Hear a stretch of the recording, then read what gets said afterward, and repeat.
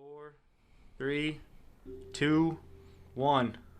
Wes, Hey, pleasure. thanks for having me on. Yeah, I appreciate man. it. Thanks for coming here and coordinating. I know Brett's dad is on a very special board with you, Yeah. and he was bragging about you to us. And Well, I don't know if he was telling the truth. It's No, like, yeah. we may need to bring expectations Yeah, down already. no, yeah. So. Yeah, no,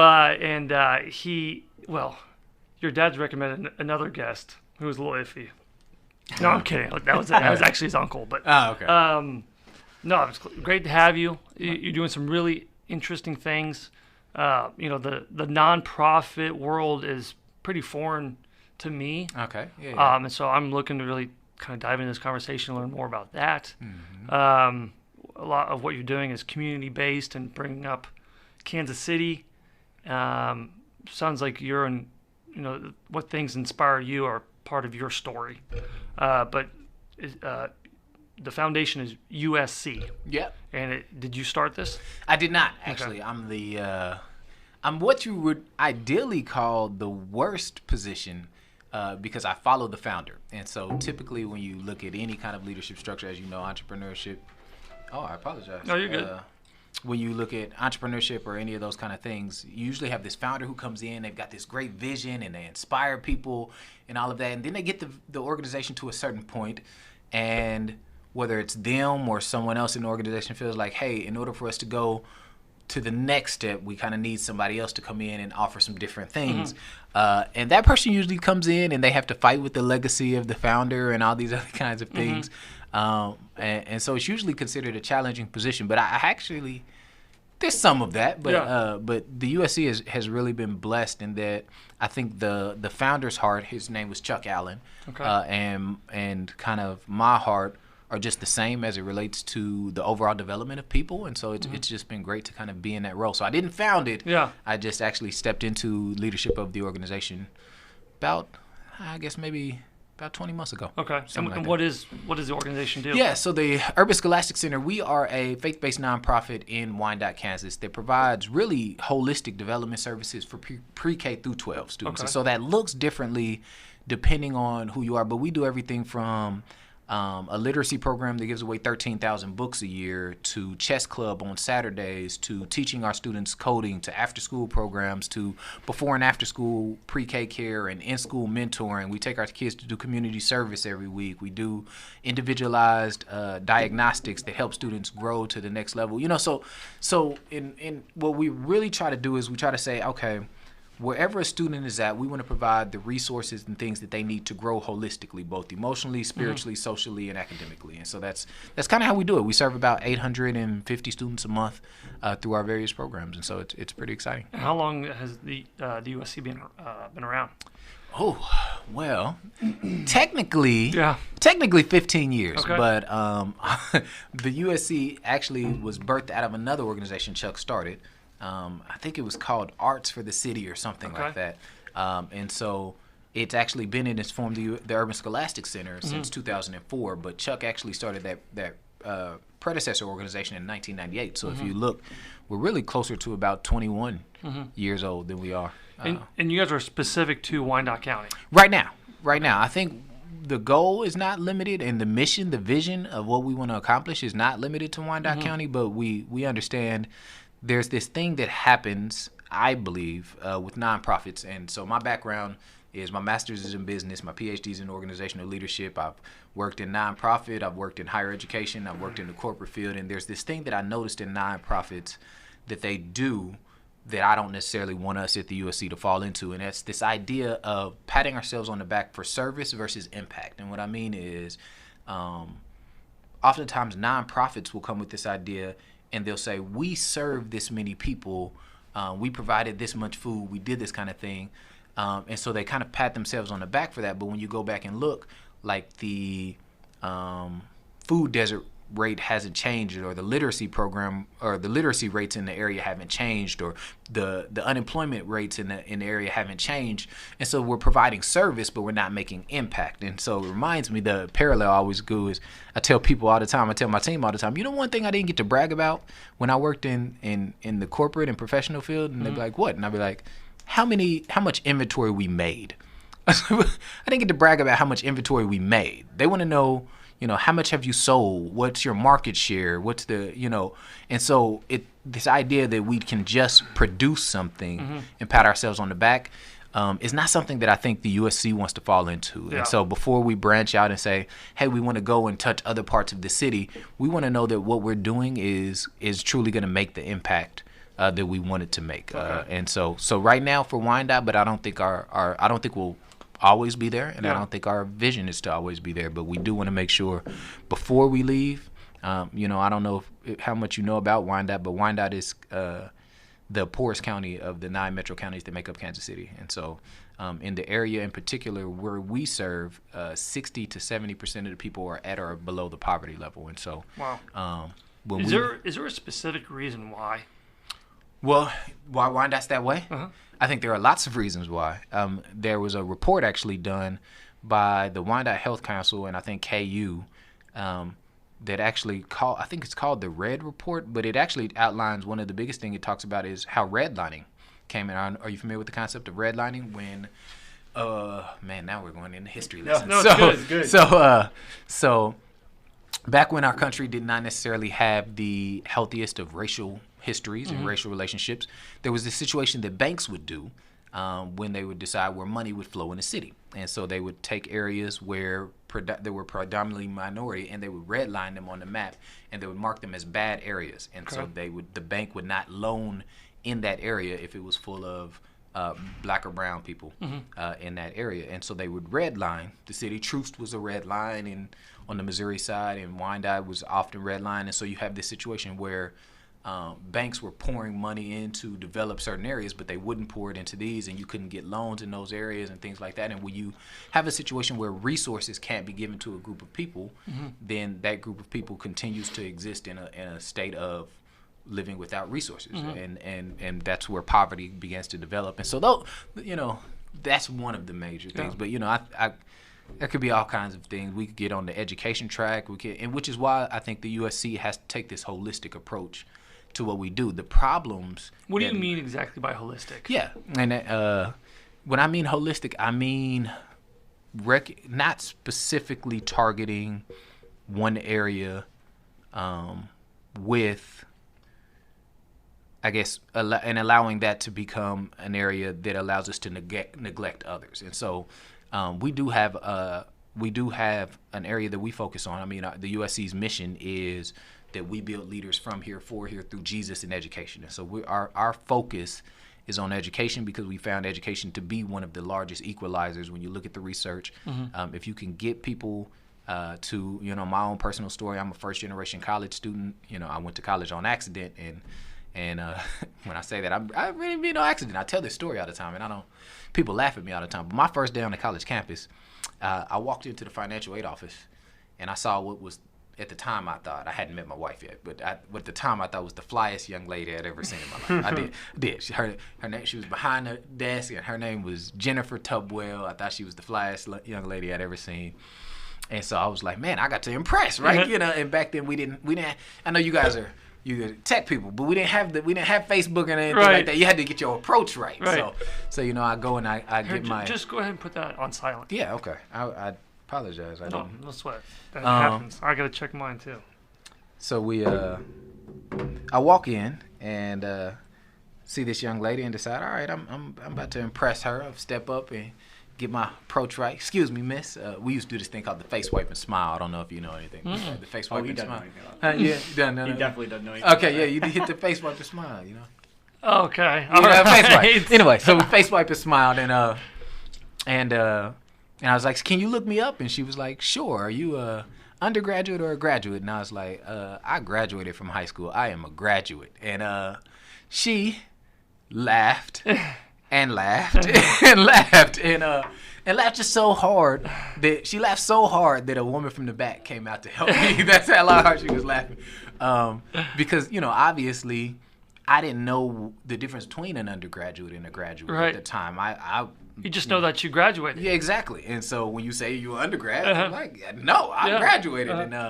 And so, I went to college really, really with that kind of background. My first day on a college campus, for orientation, they told me to pick my classes, and they set me in a room, and they gave me a registration form, a course catalog, and a schedule, and a degree requirement sheet. And I didn't know what any of those things were. And so I just sat there. Me and my mother, we just sat there for probably about 35 minutes, 40 minutes, till some lady asked, Nancy Wilkinson, she was like, hey, do you need help? And we was like, yes, because we don't know what to do. And so that was the background that I approached college. And then by the time I finished, I had so many great experiences, but my life changed in so many different ways. I was courtroom king. I was a student ambassador, all these kind of things. But when I graduated, this thing that really impacted me the most was I got a job working for the school as a recruiter. And so I called my parents up and I said, hey, I've got this job. I'm a communications major. They want me to go around and talk to people about college. And I was like, I'm going to do it. It's going to be exciting. It was like, oh, that's awesome. We're so proud of you. And at the time, my mother was working as a service coordinator. So she was like lifting boxes and working long days. And my dad was disabled. He had been working for the railroad, laying tracks and stuff like that. And so they worked extremely hard. And my job was going to be to drive around and talk to people. And then I told them what I made. And they were like, that's more money than either one of us have ever made in our entire lifetime. And I was driving around and talking. And so for me, it began to be like, man, if this is what education can do, if this is what how education can change people's lives, where I'm doing something I would have done for free. I was a communication major. I would have drove around and talked for free. And you're going to pay me, and I'm going to make more than either one of my parents who worked extremely hard had done. Then I thought, man, I'm telling everybody about this. And that's where I kind of began to say, all right, I want everybody to experience education and the changes that it can bring in their lives. And so that's what we do at the USC. That's kind of our bent, is understanding, hey, that's one of the most transformative experiences that can happen in people's lives. And so we focus on education, but we focus on education with the understanding that that's not the only catch-all. That's not the savior. And so we have to look at what we call contextual work. We want to look at the context of where we're serving and figure out what are the specific needs here and target those. And so when we talk about holistic, we talk about having a target area, but recognizing the context that you're in and dealing with those specific needs to help people get to the point where they can be, in our case, where they can come out of poverty, where they can gain exposure to opportunities that they did not necessarily have. We take our kids on college tours. We sent our middle and high schoolers to LA last year, and so they visited UCLA and they visited the Fine Arts College there, and they visited USC, and next year they're going to DC, and this summer we took the kids on 5 different college tours. The goal is to help them experience and gain exposure to things that they may not be able to normally do. And so when we say holistic, essentially, I know I said a whole bunch of stuff, but essentially what we want to do is we want to help them both in pretty much the kind of 4 major domains of emotional, spiritual, educational, and social. And so we want them to grow in each one of those areas, and we have metrics to measure them in each one of those areas. Really? Yeah. We want to make sure that you have metrics. Yeah, you can't. How did you go about creating metrics for something that seems so, I don't know, point of view? Or it seems so subjective. Subjective, that's right. Yeah, I think part of that comes into play with my background or my PhD is in organizational leadership, and PhDs basically just teach you to think in terms of metrics. I tell people they really just fundamentally change how you think about things. So, for instance, when you look at emotional health, seems like it should be a subjective area. However, there are measures that have been identified in psychology for emotional health. The number of people that you feel like you can trust in your relationship, your boundaries that you lay out for people, the way that your interpersonal communication, your emotional intelligence skill, all those kind of things are things that become used to say, all right, based off of this is where you are. Here are the interventions we're going to do. Now we want to see a change. And for us, that's the part that I think a lot of nonprofits miss. And so they rush past that to say, well, we want to help in the emotional arena. We want to help our people develop emotionally. But then you ask, well, how do you know if you're doing it? And they're like, well, we're providing these interventions. How do you know those are the interventions? How do you know that that's working? And so, that's for us what we want to do is we say, all right, not just are we doing these things, we have to make sure that they're making impact, which you'll hear in our organization at the Urban Scholastic Center from all the staff is we use this language of, are we talking about breadth of service? Or are we talking about depth of impact? Yeah. Are we just, you can do a bunch of different services, but are you producing the impact that you really want to? And so that's kind of where we come from. How much emphasis is focused on educating the mindset of not thinking poor? Yeah. Self-worth. Also, the mindset of going, the expectation is I am going to college. Yeah. I went to high school with plenty of kids who had zero expectations out of their future. Yeah. Once they graduated high school. Mm-hmm. And it was something that was almost like their parents told them that you're not worth anything. Mm-hmm. Yeah, and there's two pieces out here in your question and your thoughts. The first, of course, is that you're right. It is actually a shift of mindset. One of the things that we're doing specifically with our middle schools right now is there's a book called Framework for Understanding Poverty. I don't know if you've ever heard it by Ruby Payne. Mm-hmm. It's considered one of the foremost kind of understandings of how your income, your socioeconomic level can impact different parts of how you think. And so Payne's book talks a lot about the way that people who come from poverty think in relation to other people. And she gives some great examples that relate from everything from storytelling to how you understand the news to money. One of my favorite examples she gives is money. People who come from poverty, when they get money, they show money. That's why they go and they figure out how can I wear my money? How can I put my money on my car? How can I show everybody through this vacation? People who come from the middle class, when they get money, they save money. That's why they talk about their 403s and 401ks and what's your retirement that you got set up. And people who come from wealth, they talk about money in terms of investing money. What was your capital gains last year? What are you diversified into? And so she lays out this mindset as it relates to so many different areas. The way that we tell stories, people in poverty tell stories differently than people from others. And then she lays it out as it relates to how they experience the news and their worldview and all these kind of things. And so one of the things we've been doing, particularly right now, and that she does, is she lays out that one of the things that often we don't recognize is even at the in our work environments, there are rules that govern them. And those rules are typically what we call hidden middle class rules. Mm-hmm. They're the way that the middle class functions. So when you go to school, they expect you to communicate in middle class rules versus how you might communicate if you came from poverty rules. Mm-hmm. And so if you come and you don't know the rules, I always tell the students, I'll be like, if I say let's go play basketball, you be like, cool. And then you show up with helmets and pads. I'm not playing with you. You don't even know the game we're playing. You know what I mean? Like, you don't know the rules of the game we're playing. So we have to teach you the rules of the game. And so we're talking about the different types of registers that you use. You have frozen register, you have formal register, you have casual register. When you're talking to people, you have different kinds of languages that you use. And in the workplace, you recognize that there's formal register, right? Like if you go for an interview, you don't dap the dude up and be like, what's good with you, bro? You don't do that. Whereas that may be what you do with your friends. And so the rules for how you interact in an interview are your formal register and your and so we teach our students, these are the rules of those games. Yeah. And this is how you have to think, and this is how life rules. Yeah, exactly. And if you don't have good parents, good siblings, good uncles, aunts to teach you those things throughout your life, it's really hard. And they can be good. They just may not know the rules themselves. Right. And that's the case. Is you can be you can be the best person possible, but if you don't know the rules of the game, and that's the issue. That's why that's why Ruby Payne calls them hidden middle class rules, right? Nobody pulls you to the side and tells you this is how you approach a job interview. That's not a skill. Unfortunately, it's not a skill we don't learn anywhere along the way. You know? Is college teaching you how to do that?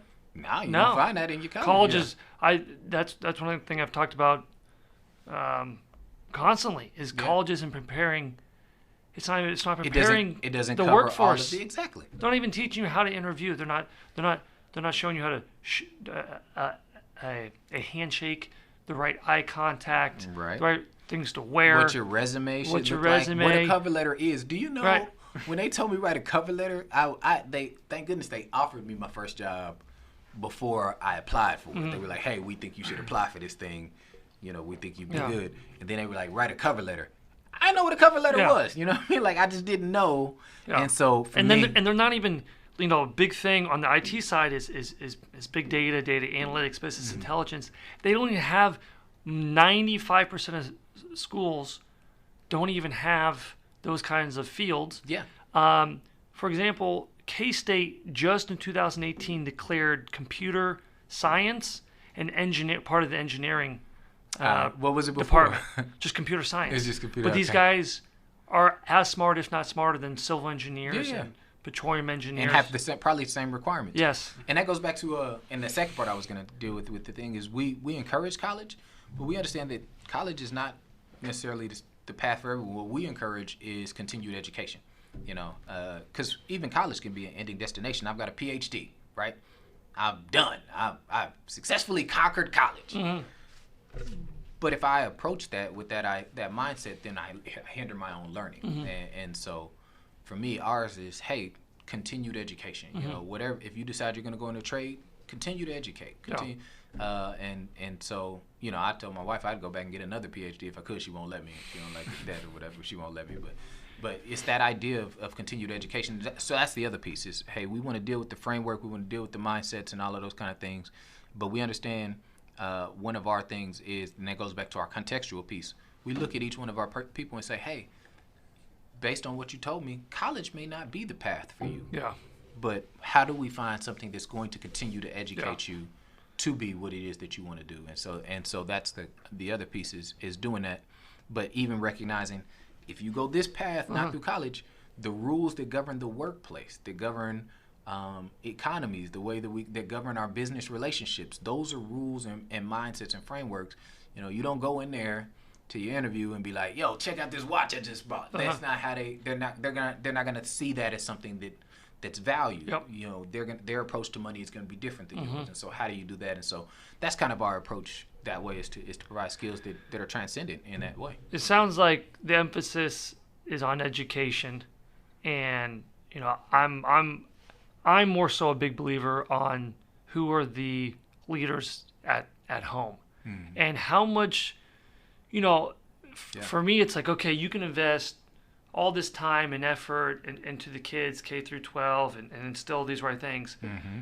But if the parents aren't right and build that foundation or learn to build that foundation on what to teach and instill their kids, it for me, it just feels like rarely people get out from under that. Yeah. I think. So do you guys ever focus on the parents first?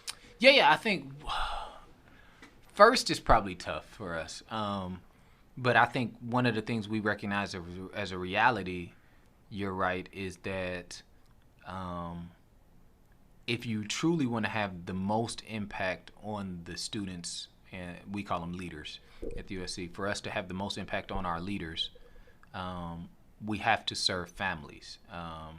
And so, yes, we understand that. However, you know, the needs are different. I mean, and so the USC, one of our strategic goals, we haven't got there yet. If I had the money today, let me listen to anybody out there listening, we're a nonprofit. If I had the money today, you know, we would hire a family coordinator, someone who could go in and literally kind of say, hey, I'm going to work with the parents to help them become the best that they can be. But, you know. Like therapy. Yeah, I mean. Yeah, we actually, I mean, one of the things we have been doing is we're working with a couple of counselors to come down and work with our families and offer those kind of things to them. But there's also job training. And the population that we live, there's the need for ESL classes. There's finance classes. There's home buying classes. There's all kinds of other things that our families could need. You know, so we send books home with our students.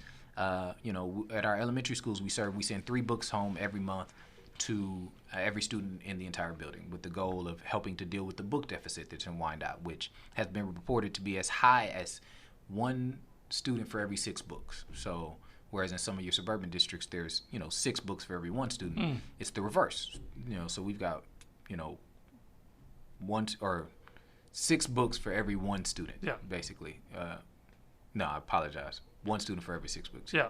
Basically, the idea is that there's, if you have 6 students, you have 1 book. So 6 students to every 1 book title. Thank you. For some reason, my brain wasn't working. Good. I was like, there it is. 6 students to 1 book title. Yeah. How much do you think? I'm not really on social media except for LinkedIn because I just think it's just don't do it. No, I hate it. Quite frankly. Well, now we can get along even more. And then you have our leaders have turned our influencers, our role models, the people that you grow up wanting to be like, the celebrities. Just a lot of them have selfish. They have a lot of ego. They don't realize how many people they're influencing. And for me, looking back on it, if I was 12 years old and I had had all these social media tools around me right now, it'd be a very confusing and strange time. Yeah, and it is. I look at the Kardashians. They prance around. They have more money than God, and they get. I'm faith-based, so I'd have to argue with that. Yeah, you know what I'm saying.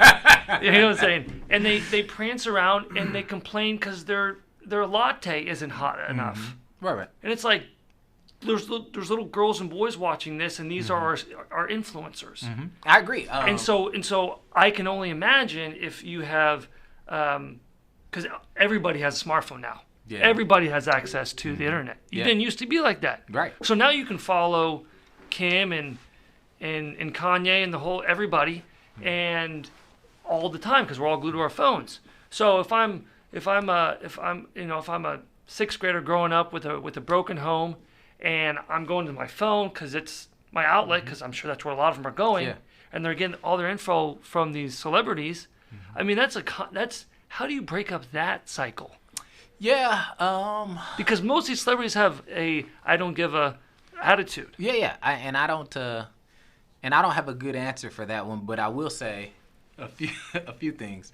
That I wrote a book, or maybe you don't. I wrote a book called Be a Hater, a polemic on the hater mindset, and I actually devote a whole chapter to essentially that idea, not necessarily as it relates to maybe like materialism and celebrities as much, but like the idea of understanding that because of the way that our world works, we're able to create values that people have that maybe they shouldn't, And so my wife is getting her PhD in counseling psychology, and she'll tell you that the research tells us we're not supposed to have unfettered access to each other's lives like that. It does create this unhealthy standard by which people are trying to match, and then the fantasy of people always trying to portray that, right? Because I have to always do that, and so it creates this kind of fantasy world by which people live in. But one of the things I think that it does is it allows for the promulgation and propagation of ideas and mindsets or heuristics. Are you familiar with the concept of heuristics? Mental shortcuts. So, for instance, our brain uses heuristics to survive, right? Okay. We take in so much information every day. I mean, even in this room, there's lights, there's sensors, there's water, there's touch, things like that. So our brains, instead of taking the time to process every bit of information, create shortcuts. So if you get thirsty, you immediately what? You get water, right? Yeah. I mean, that's the. Is that wrong? Yeah, solve it. Yeah, that's what you do. You solve the wrong answer. Yeah, you solve it. No, you get water, right? Yeah. I mean, and the reason that's the natural. But there are any other ways, for you to cool yourself down, right? You could crawl up under the table in the shade. You could spit in the air and run into it. There's any number of ways, but your brain creates a shortcut to help it manage its world. Right. And so it has all kinds of those things. And so we start creating shortcuts based off of the information presented to us. And so one of my in the book I have a chapter called Taylor Swift, the most dangerous person alive. And what I point out though is that Taylor Swift promulgates this mindset of what I call the guiltless generation, where nobody can tell me anything. You can't guilt me into anything. And thus by doing such, I can dismiss whatever information you bring to me because you can't guilt me, right? So since you can't guilt me, I'm just doing me, right? Yeah. Which is the mindset.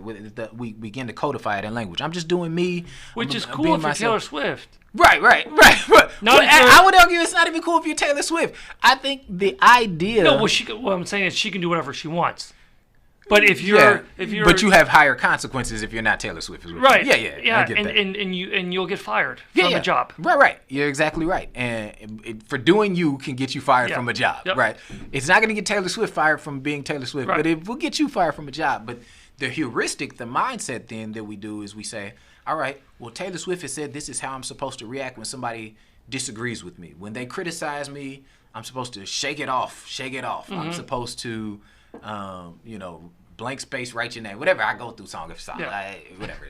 I'm supposed to basically dismiss that thing. When you do that enough time, your brain creates that as the shortcut for how you deal with dissent, for how you deal with criticism, for how you deal. And so now, the next time somebody says to you, man, you didn't do a good job on this project, you're like, man, whatever. Whether it's your boss or your mom, whoever it is, your shortcut is to dismiss that. And so we've taken those kind of, social media has allowed those kind of mindsets and ideas to spread so fast and so rapidly. And so, the idea is then coming back behind. I tell people I'm on a campaign to create a new hater every year. I'm an unashamed hater. I wrote a book called Be a Hater.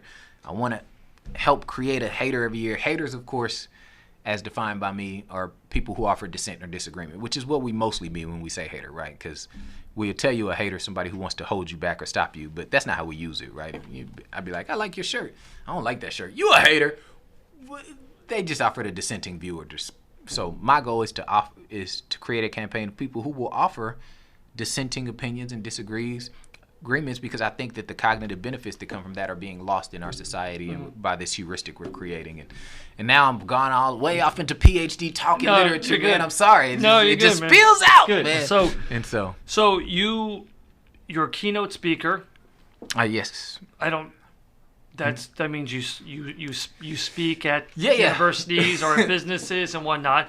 Going back to the social media thing, I think there's a lot of people who are trying to do the entrepreneurial gig, or what I see on LinkedIn is there's a lot of people that are trying to project and tell others what to do, or they want to be the next Tony Robbins or the next Gary Vaynerchuk or whatever. But it's like, who are you? I mean, no one really knows you. What are your accomplishments? So there's a lot of saturation, I feel, there in the public kind of speaking realm. And how do you get people to engage you? How do you grow that business? How do you get people to know that you're legit? Yeah. So like if UMKC wants to hire you to speak at their graduating 2020 ceremony. Yeah. I mean, I think there are lots of ways to do that. There are speakers bureaus, which are kind of been the gold standard of speaking for years. There's, there are building your platforms through the way in our society that we are, the number of followers and those kind of things. I think for me, I may not be the best person to answer that question because I think I have a fundamentally different view on it. I love to speak. I hold seminars, workshops, and things like that, but I'm not doing it as a career field, right? I'm not doing it because I think I can make money in this field or even get famous. I literally started this thing because I love to share ideas. I love the conversations. I love to see. I'm addicted to this look. The look it's a look of learning. Like, I love the look when you're speaking and then somebody hears something. Like, I love that look. And so for me, I may only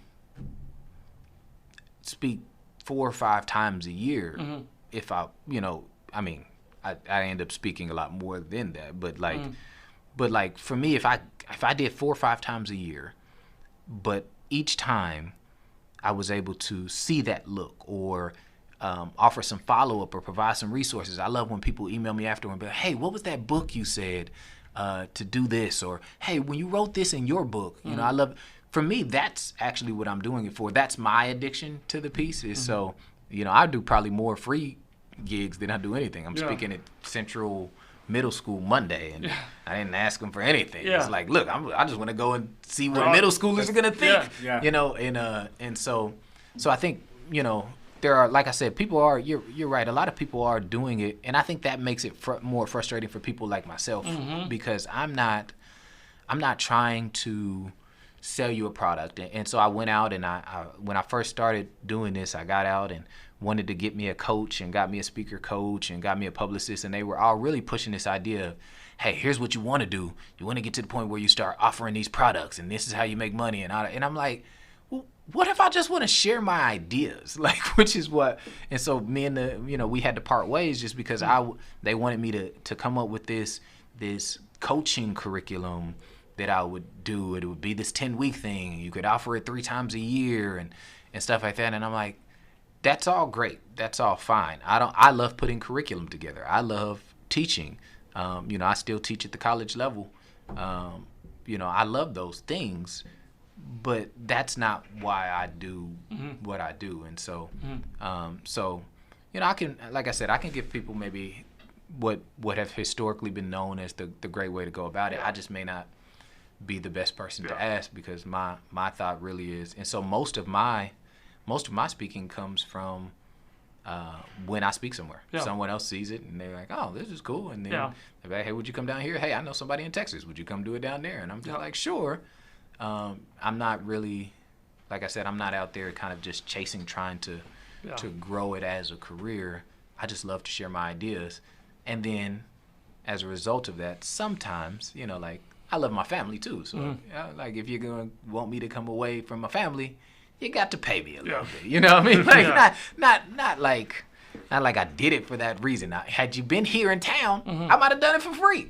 But since you took me away, from my family or whatever it may be, if it's a 2-day seminar, well, I have to spend time prepping those kind of things. And so that's kind of how I even look at the piece. I don't actually look at it as a moneymaker. Yeah, I really don't. Yeah.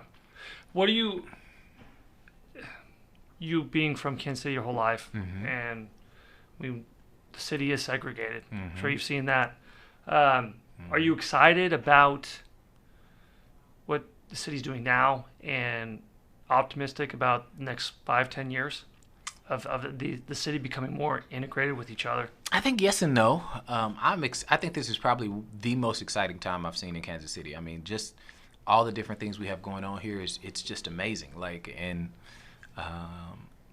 to just see how much the city has changed, and the things that are growing, and the new initiatives that are growing. The tech sector, the development, the chiefs. I mean, you just got so many things going on. You drive down Troost and just see the Troost redevelopment plan starting to take shape, and just all those kind of things. And so that's exciting. I think seeing my city grow and get recognized for the amazing city that I think it always has been is amazing. But at the same time, my wife and I live in Midtown, and we moved into Midtown because we really loved the diversity of ethnic diversity, socioeconomic diversity of the neighborhood that we moved into. But we've been there now for about 10 years, and we've watched gentrification happen in our neighborhood. And that ethnic diversity, that socioeconomic diversity is eroding, even from our block. When we moved on, there were all kinds of ethnic diversity on our block. There were, mix between Caucasian and Hispanic and Black families, and there was socioeconomic diversity. We had Section 8 houses down the street and things like that. And now, everybody who lives on our block, everyone. We're the only family of color left on our block, where everyone there would probably be considered mid to upper middle class. And so, I think a lot of times those amazing things happen in a city, but the change happens faster than maybe everyone expects. And so I get a little nervous about the fundamental elements of things that are changing in our city, and how that may cause us to not necessarily get that integration that you're talking about, because is it because there's been new development?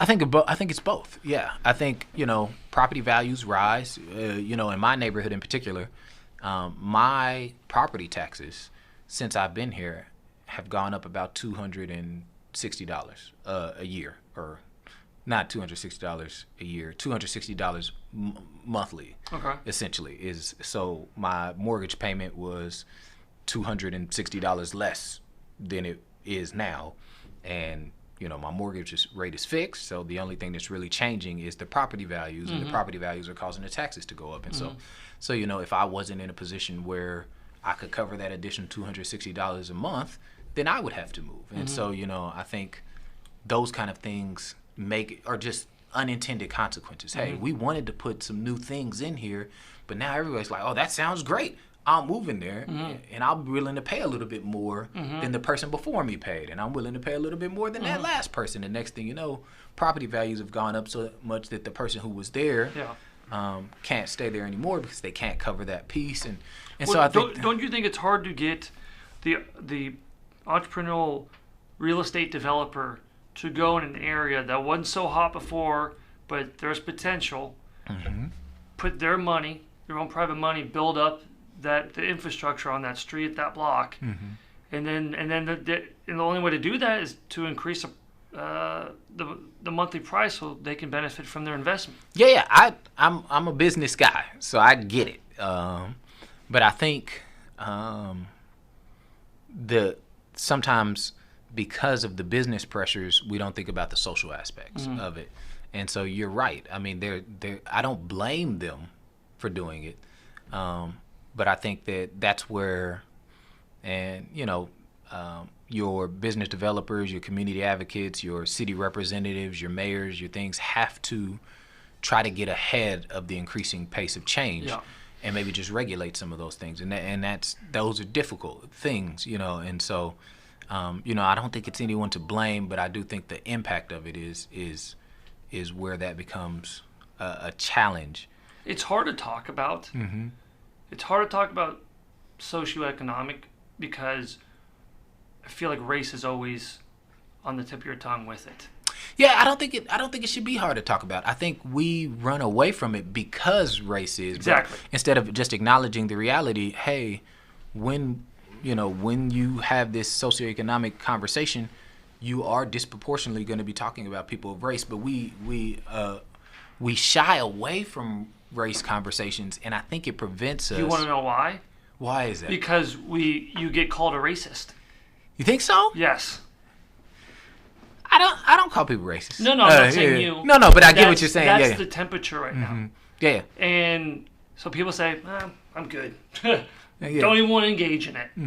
But by doing that, then you further perpetuate that idea, right? Like, I'm more likely to call you less racist if you'll have the conversation than if you I'm not even going to talk about it. Then I'm like, well, you don't want to talk about it. Why? Like, why would you not want to talk about it? Scared. Yeah, but the perception from, as a person of color is, hey, if you don't even want to talk about this thing, then what else am I to assume but that this is a source? You know what I mean? Like, the things that we don't want to talk about are the true sore spots for us. So for me, I understand that, and I think we all have to do better all around the table. This is gonna sound funny. I tell people all the time, I actually am one of the few people who will just bring race up. Right? I think that's refreshing. I just do it because just get it out there on the table. Well, yeah, because I think here's the issue. As a person of color, I think about race. This is probably gonna sound weird maybe for people who aren't people of color, but I think about race probably 70% of my day. The impact that it has on decisions and how people interact with me and all kinds of stuff. The impact of people's perceptions of me. And so for me, it's kind of like, man, why would I censor 70% of my brain? You know what I mean? Like, it's like, let's just talk about it. And so I think what has happened, you're right, I think the change in culture, this goes all the way back to, this is why I'm on a campaign to create haters. Because as a culture, what we've done is we've created a heuristic where nobody knows how to deal with dissent or disagreement anymore. So they demonize it. Gottfried calls it the dehumanization of dissent. What we do is if you offer a differing perspective from me, now instead of me just saying you're offering a differing perspective, I try to make you as unlike me as possible. So I know I'm not a racist, so you must be a racist. Or, on the other side, well, I know that I'm not soft and I can handle harsh language and you can't, so you must be a lily. You know what I mean? Like that's the kind of way that, and we've taught ourselves to do that with any perception of disagreement and dissent. Like we can't agree. In the book, I call it I am legend and you are a zombie.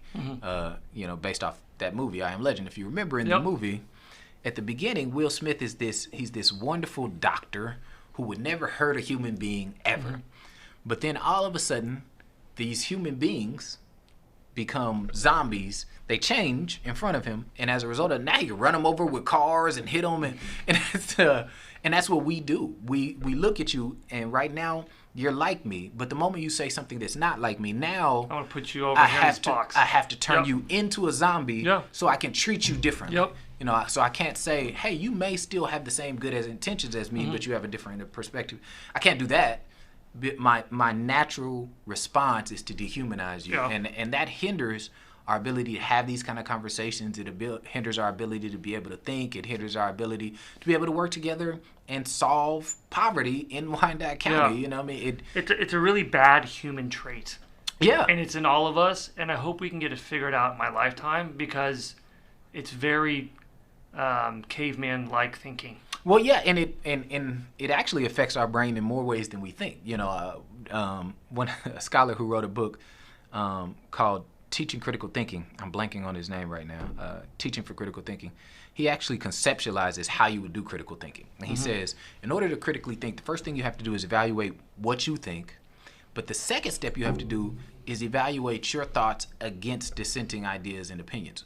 Well, if you immediately dismiss dissenting thoughts and opinions, then you actually can't even critically think about topics because you didn't even listen to the alternative view. And so it hinders us in that sense. And then when you look at things like, you guys are in IT, so you in technology, so you probably understand in terms of creativity. What they found is that one of the most creative things a person can do is this thing called Janusian thinking, based on the Roman god Janus, who had a head facing two different directions. And what it was this idea of being able to hold two contradicting ideas in your brain at the same time. And by doing so, it forces you to come up with creative and novel solutions to problems. For instance, my example I always love to use is think of the Wright brothers, right? In their head, they held the idea that humans can't fly. But they also held the idea that the physics used for birds and other flying animals should seem to work for humans. So how do we rectify these two things? And so they held those two ideas in tension in their brain, and they came up with the airplane. You have Bill Gates and Windows. The idea of computers being able to be used on a massive level by your individual consumer seems like it should be wonderful, but technology and the interface, MS-DOS, is hard to work with. And so like it's going to be hard for people to learn. And so he held those two ideas in conflict in his brain. How do I solve these two things? And then what did he produce?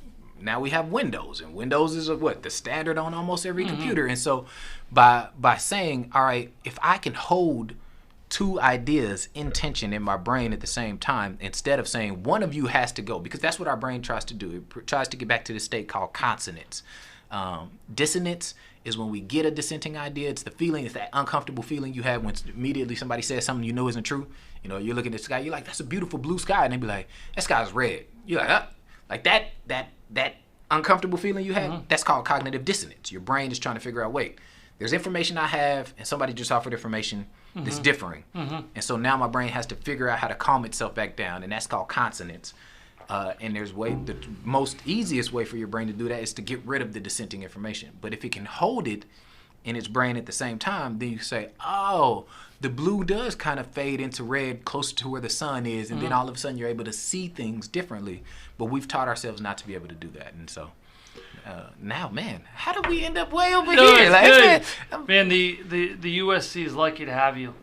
Well, I appreciate that. I hope they feel that way. You gotta ask the team what they think about that. No, that's great, man. Well, I've actually been to several of the fundraising dinners, and we appreciate you coming. Absolutely, absolutely. But you're changing people's lives there, kids. And I know that sounds, can sound cliche, something Well, like we this. hope it's true, yeah. But when you see these kids' faces talking about what they're doing there, and what they get to take home to their parents, and then the parents are speaking, at night, talking about their kid getting in trouble and flunking out of school and not doing well in school and coming to the USC and turning their life around, and to see the parents talk about that and how that's affected them is amazing. Well, so I appreciate that. You're man. welcome. That means a lot. Thank you. Well, this has been excellent. Yeah, we'll do this appreciate again. I think we just barely scratched the surface on a lot of things. Well, I talk too much. I'm sorry. No, you're good. I told you undergrads in communication, man. That's what I do. If people want to get involved or want to donate, maybe even, how do they go about doing that? Yeah, the best way to do that is to go to the USC website, www.theusc.org.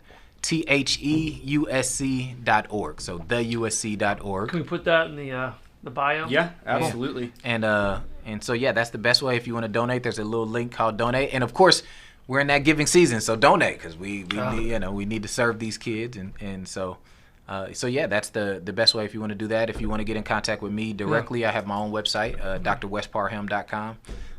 And so you can reach out to me that way. Awesome, man. Awesome. Thank you again. I appreciate you guys. Yeah, thanks for having me on. Thank you. Yeah.